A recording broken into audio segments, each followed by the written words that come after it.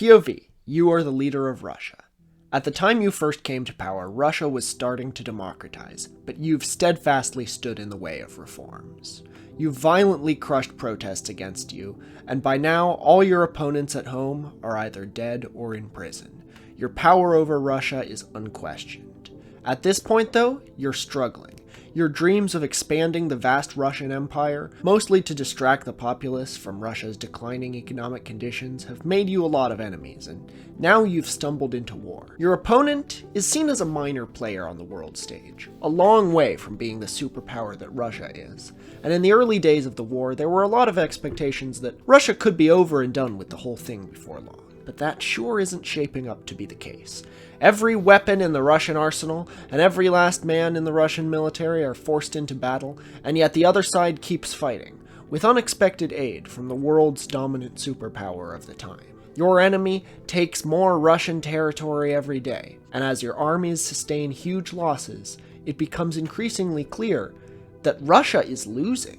Even once it becomes clear you have no real path to victory, you reject offers of peace treaties, preferring Russia to keep fighting to the bitter end rather than let themselves be embarrassed. With almost no equipment left to fight with, and Russia's economy crippled by international sanctions, you decide to undertake a last-ditch effort to prop up Russia's power, one that everyone on the global stage thinks is completely insane.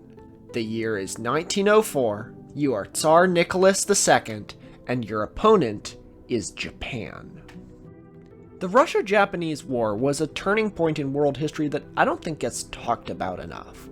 When Japan won against Russia, it set the stage for both the Pacific theater of World War II and the Russian Revolution. Japan was suddenly seen as a great power deserving respect from the West, which later emboldened it to conquer most of East Asia. We all know how that went.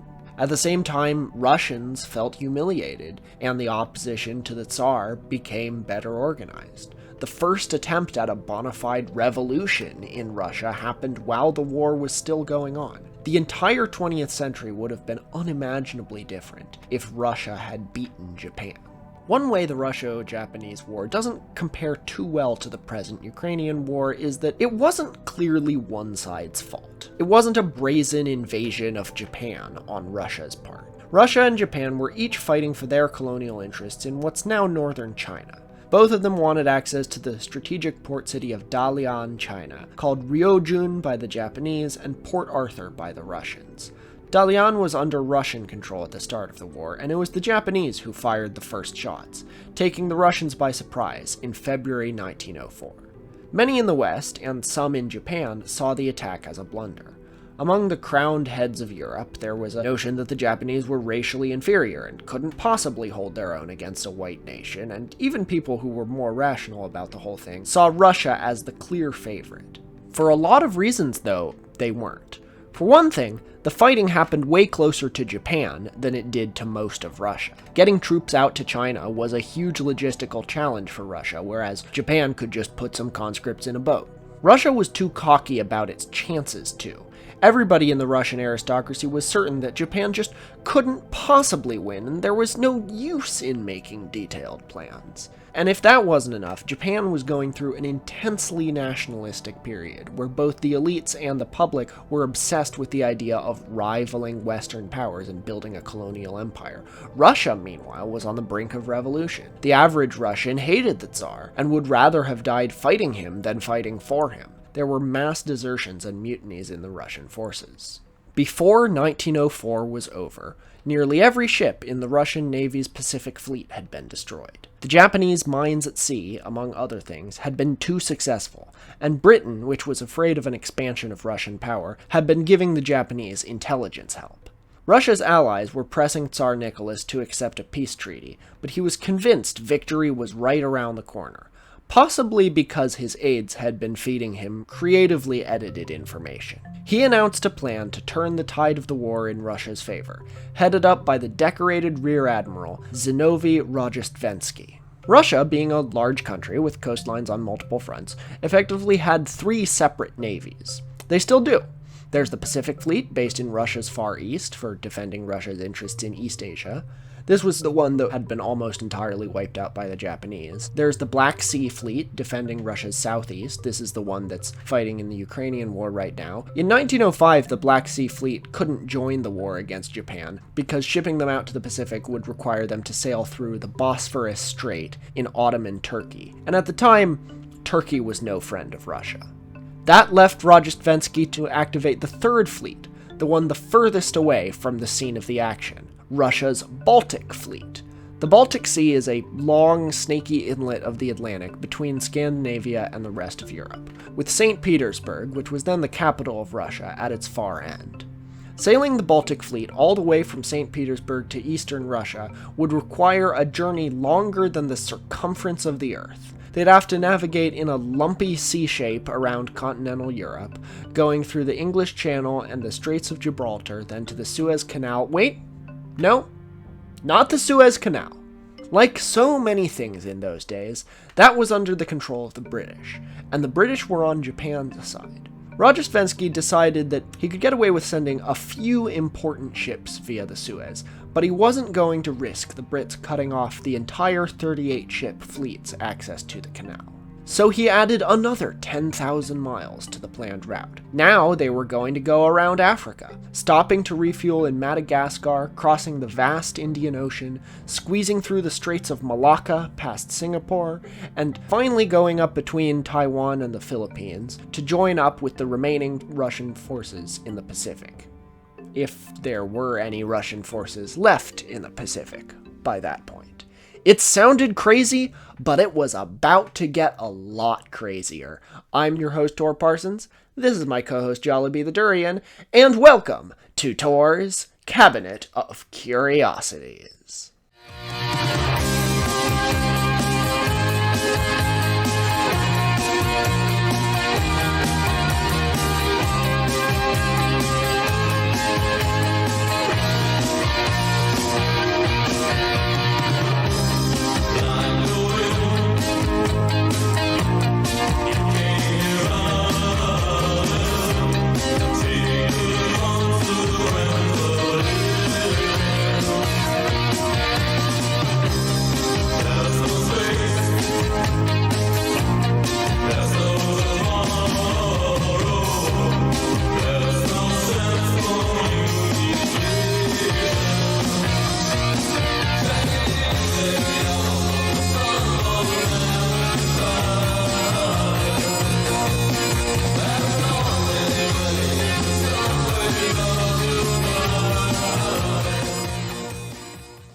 The Russian Baltic Fleet, hastily rebranded as the 2nd Pacific Squadron, sailed from Kronstadt near St. Petersburg on October 15, 1904, months after they'd initially planned to leave. A mighty and powerful navy this was not.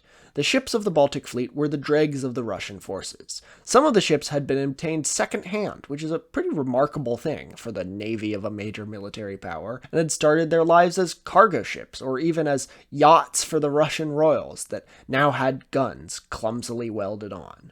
The crew of the 2nd Pacific Squadron was mostly composed of untrained new conscripts, and on the day of departure, 2 ships ran aground and another 2 collided, piercing a hole through the hull of one of them amid the traffic jam of ships heading out for the harbor. This was nothing but an amuse-bouche for the chaos to come. As the rooftops of St. Petersburg were still fading into the distance, a deep paranoia set in among the crew. Even here, in waters mostly under Russian control, every distant ship smoke on the horizon, every fisherman's skiff, every whale spouting, every cloud casting a dark shadow over the water, came to resemble a Japanese ship, here to blow them to smithereens. In Admiral Rojestvensky's eyes, the crew had good reason to be scared. After all, not long before, a Russian spy named Mikhail Herting had returned from a reconnaissance mission to Norway with chilling news. Japanese vessels were operating in the Baltic, he said, disguised as British fishing boats. Only after the war was it discovered that Herting completely made this story up, afraid that he wouldn't be paid as well if he came back from Norway with nothing to show for it. As the fleet sailed between Denmark and Sweden, St. Petersburg radioed the Danes, telling them to let Rojestvensky know that he was being promoted from Rear Admiral to Vice Admiral. The Danish sent out a few fishermen to meet with Rojesvenski's fleet and give him the good news. Of course, upon seeing their boat, Rojesvenski opened fire. Fortunately, there were no injuries. Every last shot missed the Danish boat. Now, Rojesvenski was starting to believe this whole thing had been a bad idea, but they'd almost gotten out to the end of the Baltic Sea. Pretty soon they were going to be in the Atlantic, and there was no way they were turning back at that point. So they forged on. Rojesvenski periodically getting so mad that he would scan the horizon for Japanese ships with a pair of binoculars, then fling the binoculars overboard. This was such a well-known tic he had that his crew made sure to keep the fleet supplied, with lots and lots of binoculars. A week after the fleet's departure from St. Petersburg, they were steaming through the North Sea, in between Britain and the Netherlands, in the middle of the night. Off in the distance, they saw a fleet of, you guessed it, British fishing boats. What did they do? Certain that these were actually Japanese torpedo boats, the Russians fired on them. For 20 minutes, with dozens of gunners on dozens of ships, and they missed most of them. After misidentifying the British trawlers as Japanese torpedo boats, 2 other large, mysterious ships began to approach the trawlers. Now these were definitely warships, the crew of the Baltic Fleet thought, even if the other ones weren't. And they were right! The problem was, they were Russian warships. Russian Baltic Fleet warships. They didn't recognize the other ships of their own fleet. Even though the fishing boats obviously had no weapons, this little battle saw as many Russian casualties as British casualties, purely because of friendly fire. The Russian ships being fired on began to report that they were being shelled by the Japanese, of course, further intensifying the chaos. Russian sailors lay down on the decks in their life vests, believing their ships were going down. Finally, after the shelling had gone on for enough time to watch an average Arrested Development episode, Rojesvenski correctly identified their enemies as actual British fishing boats just out doing some fishing, and ordered everyone to stop firing. He had known this for quite a while, but couldn't seem to convince his crew to hold their fire. Now, this was, in the words of Joe Biden, a big fucking deal. He wasn't talking about the Russian attacks on the British fishing fleet when he said that, but he could have been. Britain had already been helping Japan in the war, while remaining officially neutral, but this galvanized the UK further against Russia. In Parliament, there were murmurings of officially joining the war. Russia panicked. If they were already losing to a minor power like Japan, Britain would wipe the floor with them. A squadron of British battleships was scrambled together to effectively chase Rojesvenski's fleet out of British waters, down to Vigo, Spain, where they forced Rojesvenski to dock and hand over the officers who he deemed responsible for the incident. The officers were eventually put on trial by an international commission in neutral France, and forced to pay reparations to the families of the 3 British fishermen who died in the incident. On Rojesvenski's part, he was probably throwing binoculars in relief at having gotten out of that situation without starting a war or being held personally responsible. The Russians' next stop was Tangier, Morocco, under French control, where they took on coal. Between Vigo and Tangier, Rojesvenski lost track of the whereabouts of the battleship Kamchatka for several days, the same ship that had started the fishing fleet confrontation. When the Kamchatka finally rejoined them, off the coast of Morocco, the sailors on board told a harrowing story of their days-long battle with 3 Japanese warships. The ships they had actually engaged were a Swedish cargo ship, a German fishing trawler, and a French sailboat. Now there wasn't a major European country Russia hadn't pissed off. Fortunately, of the 300 shells the Kamchatka fired at these boats, not one of them had been a hit. The Baltic Fleet wasn't allowed to dock in Tangier, as Tangier was a neutral port.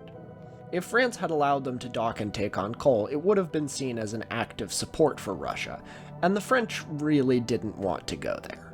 They were, however, allowed to put down their anchors just offshore from Tangier, where the ship's coal supplies were replenished by ships sent there from Germany, a sorta ally of Russia at the time. The crew of the Baltic Fleet, most of whom were on their first voyage, weren't used to much, but they especially weren't used to taking on coal at sea instead of on land. As they pulled up their anchors to continue south from Tangier, they severed the main telegraph cable connecting Tangier to Europe, cutting off communication between Morocco and France for days. France was beginning to reconsider this whole neutrality thing. With few places where they could put down an anchor and transfer coal over from the German ships, the Russian ships began carrying massive piles of coal on their decks. As the fleet sailed further south into the tropics, the coal crumbled in the humidity, releasing clouds of coal dust over the fleet, which caused nearly all the sailors to come down with respiratory issues. Before long, the Russian Baltic Fleet crossed the equator, which is something I doubt anyone ever really expected the Russian Baltic Fleet to do. The restless sailors, eager for anything to happen, threw a huge party to celebrate reaching the southern hemisphere, painting Russian flags on their bare chests and setting up a dunk tank on the deck that every officer had to take a dip in. After that, it was back to their typical day-to-day misery. Sickness was rampant, and being Russian, the crew was completely unequipped to handle the hot weather. At one point, a shipment meeting up with them to resupply them with weapons turned out to actually contain winter clothes. The ships began to rust, and barnacles caked onto their motors, slowing them down. As the fleet drew closer, through the southern tip of Africa, they sailed through a rough storm, which most of the sailors welcomed, as it was a break from the heat and the coal dust that had already given a few sailors deadly cases of black lung disease. The ships made it through unscathed, but when they regrouped after the storm and did a roll call to make sure all the ships were fine, instead of giving an all-clear signal, the Kamchatka transmitted the message, "Do you see any torpedo boats?" causing yet another panic amid the fleet. Fortunately, nobody else saw anything they could possibly consider a torpedo boat, and there was no friendly fire. Everyone agreed that this was just the Kamchatka being the Kamchatka. Never change. Meanwhile, in the Far East, still thousands of miles away, Port Arthur had fallen. The Japanese flag was being raised over Russia's jewel of the Pacific, the very site the war was being fought over. Russia was pushed back to around where its border is today. Towns all over northern China were coming under Japanese control, some of which hadn't even been under Russian control at the start of the war. Japan's longtime dream of conquering China was taking root. The weak, declining Qing dynasty, which Japan had already won a war against in 1891, wasn't as formidable an adversary as even the bumbling, paranoid Russians. Now Russia's only major port in the Pacific was Vladivostok, much further north and iced over for half the year. They had no year-round port for their navy, and winter was setting in. Now where was the Baltic Fleet going to end up? Vladivostok, presumably, but now they would need to sail through hundreds of miles of Japanese-controlled waters to get there. And their departure from St. Petersburg had been so rushed, very few of the sailors had had any training, and I really mean any training. When they got out into the Baltic, that was the first time many of them had seen the open ocean. Admiral Rojesvenski had been worried before, but when he got news that Port Arthur fell, this was when he became certain Russia was going to lose. But all around him, the dejected sailors of the Russian Baltic Fleet, uncertain of whether they would ever see their home again, found something else to lift their spirits: lemurs. Despite the kerfuffle with the British, a few Russian ships had managed to get through the Suez Canal, and they had planned to meet up with the main fleet near the island of Nosy Bay, close to Madagascar. Once again, they weren't allowed to dock, since Madagascar was under the control of, by this point officially neutral, but unofficially super annoyed, France. But they could put down their anchors, hopefully not breaking any pesky telegraph lines this time, and take on more coal, which I'm sure was very popular among the sailors who had not yet died of black lung. From this point on, Rojesvenski didn't know what his path forward was. He couldn't take the fleet to Port Arthur anymore, and if he tried to go to Vladivostok, he'd need to navigate Japanese waters. He ended up keeping the fleet in Madagascar for 2.5 months as he waited for orders from St. Petersburg, and it ended up being an eventful 2.5 months. The cooped-up crew stampeded off the ships and on to the island proper of Nosy Bay, where they pissed off the French colonial authorities yet again by doing everything sailors on shore leave can be expected to do. But this was Madagascar, and in the eyes of the Russians, who had never been to such an exotic place, the charms of the local ladies and liquors paled in comparison to the lemurs. And snakes. and chameleons, and a crocodile, and all these other animals that very few Russians had ever seen before. The ships of the Baltic Fleet became a floating zoo.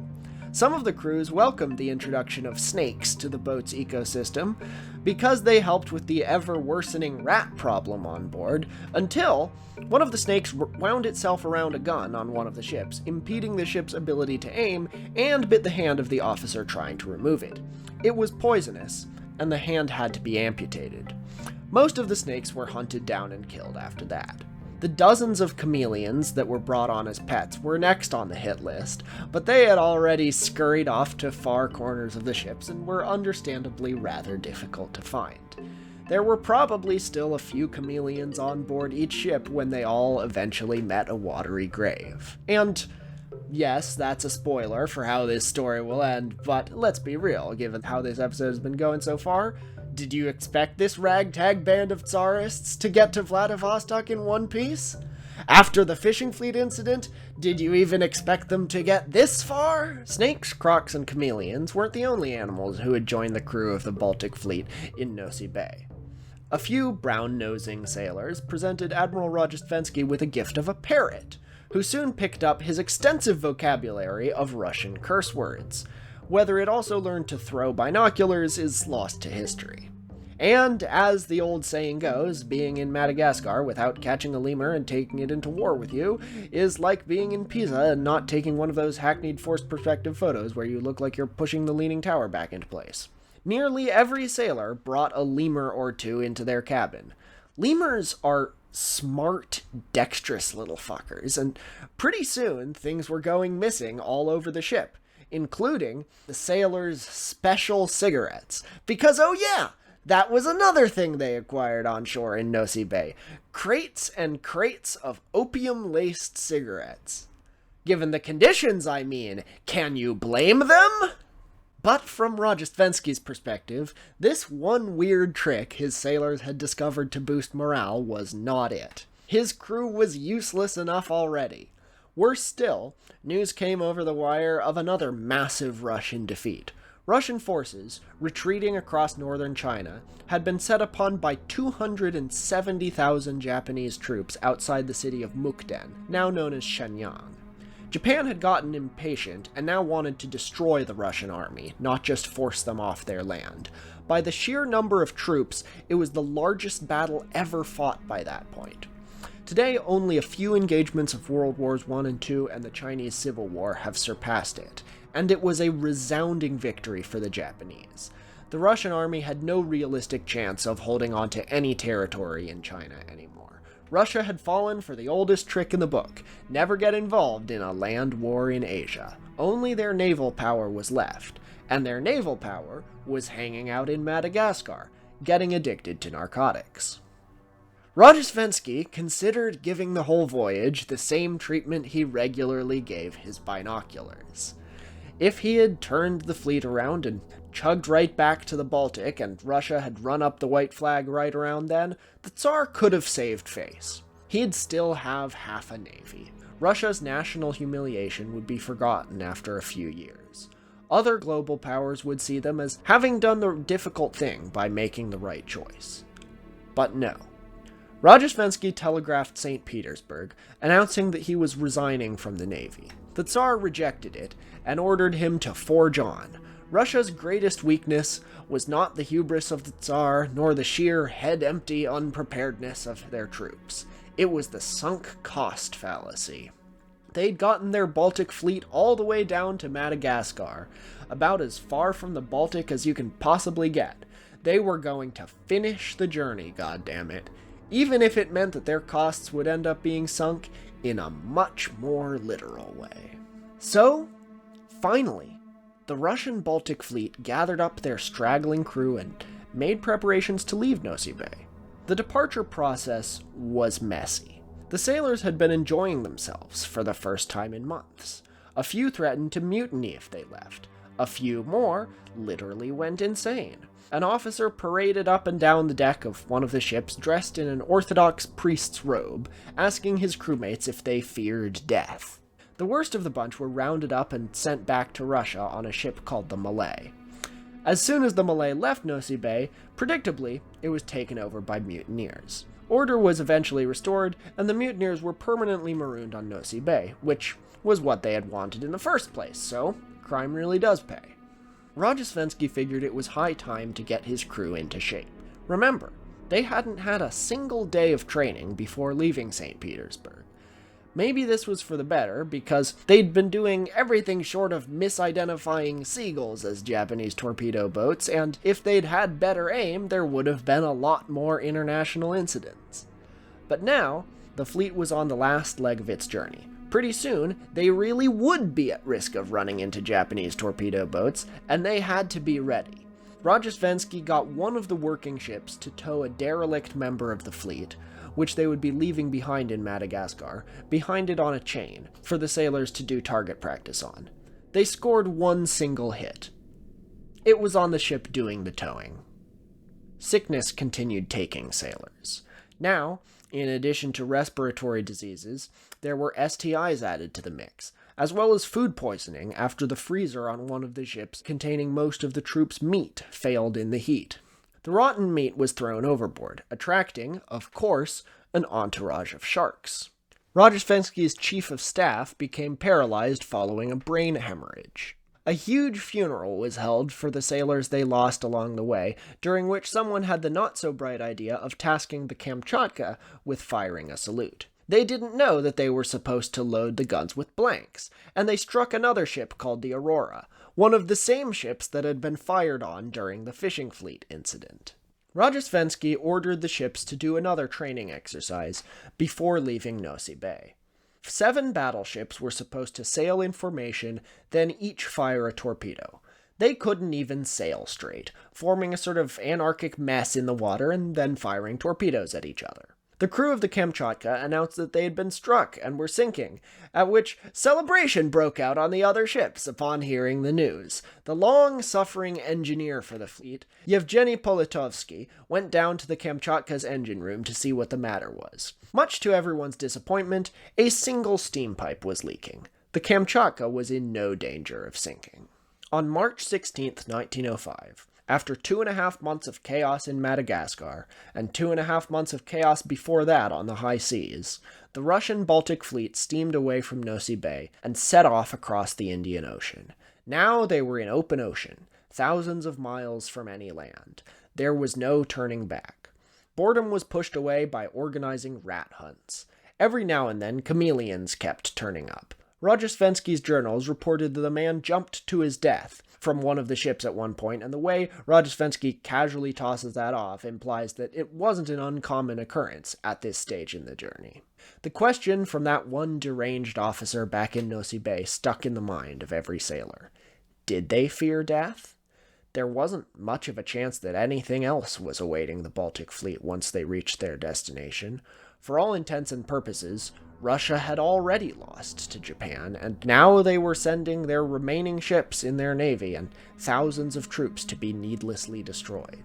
They were sailing to their doom, and everybody, except maybe the Tsar, knew that. The ships took on coal while passing through the Straits of Malacca near Singapore. Now they had gone from the Indian Ocean to the Pacific, the first time the officially designated 2nd Pacific Squadron reached the ocean it was named for. In late May, the German coal-carrying ships that had been shadowing the Baltic Fleet for their whole journey docked in Shanghai. While the Japanese intelligence services were a lot less powerful than the Russians feared they were and didn't quite know when the Baltic Fleet would reach their waters, they were now able to estimate right about where the fleet was. They knew Rojesvenski had to be heading toward Vladivostok. If the coal ships were ending their journey in Shanghai, clearly the Baltic Fleet was going to try to get from there to Vladivostok on one tank of gas, as it were. They could have swung out into the open Pacific and gone around the outside of Japan to get to Vladivostok, avoiding Japanese territorial waters between Japan and Korea. But that was a longer trip, and would have required them to take on coal at sea one last time. So clearly, they weren't taking that route. Japan's Admiral Haihachiro Togo gathered his naval fleet at the narrowest choke point in between Shanghai and Vladivostok, at the Tsushima Straits, between Japan and Japanese-occupied Korea. The trap was set. In a few days, he knew the Baltic Fleet would need to sail through that area. And so, at long last, after traveling 19,000 miles through every kind of weather, picking fights with every major power on the way, and racking up a barely believable tally of fuck-ups, getting their ships crusted with layers of barnacles and mussels on the outside, and full of rats and well-hidden chameleons on the inside, after 7 months of assuming every passing fishing boat and cargo vessel and weird noise at night and everything else to be a Japanese warship, in the wee hours of May 27th, 1905, moving without lights on, the Russian Baltic Fleet finally encountered an honest-to-goodness Japanese torpedo boat. Somehow, they thought they were closer to Vladivostok than they were, and that the ship they were encountering had to be Russian. So, the brave sailors of the battleship Oriole immediately broadcast a radio message to the Japanese ship, informing them of how many ships were in the Baltic Fleet, what condition they were in, how many troops they had, and how they planned to attack. So began the Battle of Tsushima, sometimes called the last great naval battle. 125 Japanese vessels engaged 38 Russian vessels. The Russians would have been underdogs even if they had the best men and the best ships, and they didn't. As it was a curb stomp. 28 Russian ships went right to the bottom, along with 5,000 Russian sailors. Most of the rest were captured. Rojestvensky himself sustained a head injury from shrapnel and was taken to a hospital in Kyushu after the battle by the magnanimous Japanese, where Admiral Togo personally visited him to console him that there was nothing dishonorable about losing a fair fight. Rojestvensky probably felt differently, though, as when he returned to Russia, he accepted full responsibility for the catastrophe of the Baltic Fleet, and was sentenced to death as sort of a scapegoat for the humiliated Russian people. The Tsar commuted his sentence and let him go free, which was probably the right choice. Of all the thousands of people on board the Baltic Fleet, Rojestvensky may have been the least culpable. He was a competent admiral forced to herd a lot of cats. Sure, he was quick to anger. Somewhere on the bottom of 3 of Earth's oceans, from St. Petersburg to Tsushima via Madagascar, there are dozens of century-old pairs of binoculars, covered in silt, where he flung them off his ship. But plenty of military leaders are mercurial. Rojestvensky was the right admiral put in charge of the wrong ships, the wrong sailors, the wrong itinerary, and the wrong plan in the first place, all in the service of the wrong Tsar. As I've said before, Russia could have spun an early surrender into a victory. Losing Port Arthur was definitely a better outcome than losing the confidence of the people. But once they'd been fighting for a few months, they were determined to finish what they started, whether that meant a bruised and battered victory or a catastrophic defeat. One of my favorite quotes to use as a snow clone is a line attributed to Huey P. Long, the infamous governor/dictator of Louisiana in the 1930s, who allegedly said, "If I can't be the best governor Louisiana ever had, I'll settle for being the worst." This was the Tsar's mentality. If it can't be a resounding victory, it'll have to be a resounding defeat. Nothing else is glorious. The shadow of the Russo-Japanese War looms large in world history. Russians were shocked by how much of a disaster the war turned out to be. They had gotten used to winning wars against rival powers. They had a national reputation as the country that foils every power-hungry conqueror's plans. Some historians place the dawn of Russia's status as a superpower in 1709, when they successfully crushed an invasion by Sweden. Napoleon famously failed spectacularly in his invasion of Russia, sustaining the biggest military losses in history up to that point. Now, Russia had gotten a taste of its own medicine. Not only had they lost a war, they lost it in exactly the way so many rival nations had lost to Russia. This time, the country ruined by its own vanity and the vastness of Russia was Russia itself.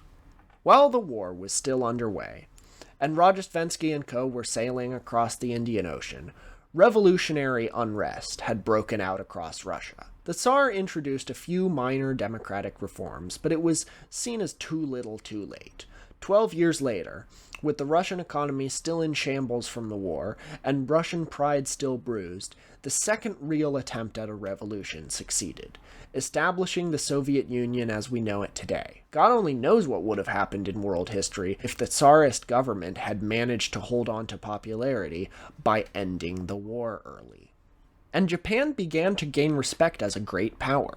If they could beat Russia, they thought, who couldn't they beat? Japanese imperialism was on the rise even before the war, but winning at Tsushima turbocharged it. If you need any other indication that Japan's World War II era expansionism was fueled by their victory against the Russians, consider this. The naval flag flown at the Pearl Harbor attack was the exact same flag, not a copy of the same flag, the flag that Admiral Togo had flown at Tsushima. The entire Pacific theater of World War II would have been different if the Russo-Japanese War hadn't ended the way it did, and that would have butterflied out into a nearly unrecognizable world order. Think, how was your family involved in World War II? Maybe your future grandparents or great-grandparents met during the war. Or maybe the Cold War shaped your family tree in some way. Maybe you have relatives who were in Vietnam, something that definitely wouldn't have happened without the USSR and America's fear of it. All these years later, the insane voyage of the Russian Baltic Fleet sounds like an entertaining historical footnote, but it's possible that you, and everyone you know, owes their existence as they are to the time a bunch of Russian warships went and fucked themselves.